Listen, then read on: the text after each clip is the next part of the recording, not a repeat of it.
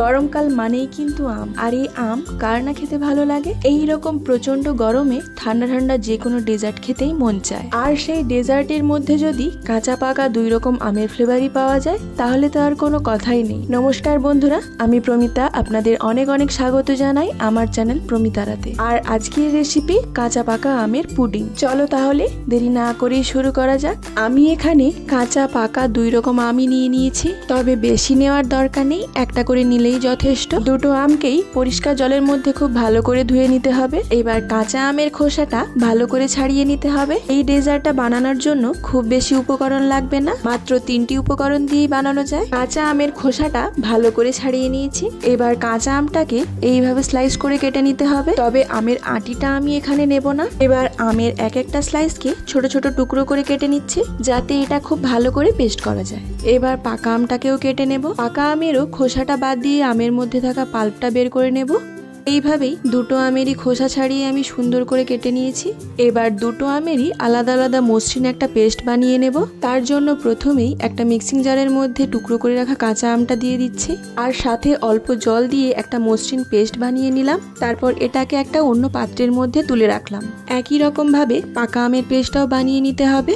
পাকা আমের মধ্যেও অল্প জল দিয়ে একটা মসৃণ পেস্ট বানিয়ে নিলাম। এবার এই পেস্টটাকেও অন্য একটা পাত্রে তুলে রাখবো।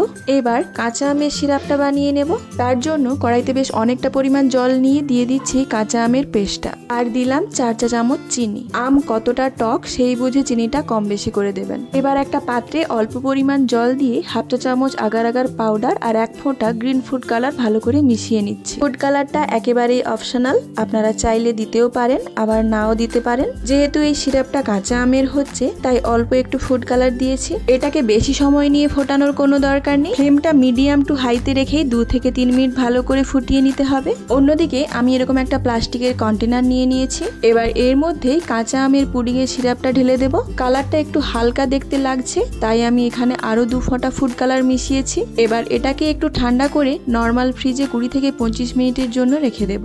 এখন পাকা আমের পুডিং এর সিরাপটা বানাবো। তার জন্য একই রকম ভাবে কড়াইয়ের মধ্যে জল আর 3 চা চামচ চিনি দিয়ে দিচ্ছি। তার সাথে দিয়ে দিলাম পাকা আমের পেস্টটাও। সবগুলোকেই খুব ভালো করে মিশিয়ে নিলাম। আবারও সেই একই রকম ভাবে নর্মাল জলের মধ্যে 1/2 চা চামচ আগার আগার পাউডার আর 1 ফোঁটা ইয়েলো ফুড কালার দিয়ে ভালো করে মিশিয়ে নেব।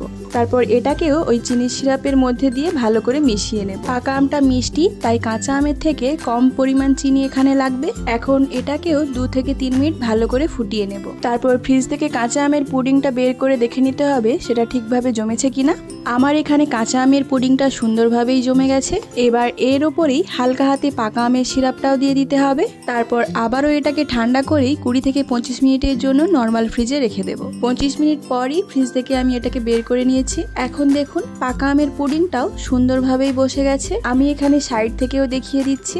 দেখুন দুটো কালারই দেখতে কতটা সুন্দর লাগছে। তারপর ছুরি দিয়ে সাইডটা আলগা করে নেব।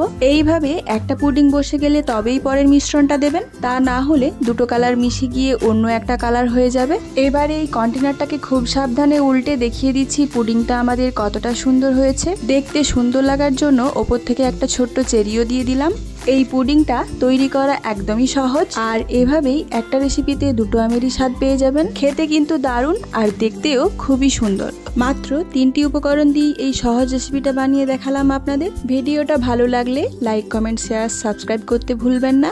আর ফেসবুক, ইনস্টাগ্রাম থেকে দেখে থাকলে পেজটি ফলো করে পাশে থাকার অনুরোধ রইল। আজকের ভিডিওটা এই পর্যন্তই। দেখা হচ্ছে পরবর্তী কোনো নতুন ভিডিও নিয়ে। ধন্যবাদ।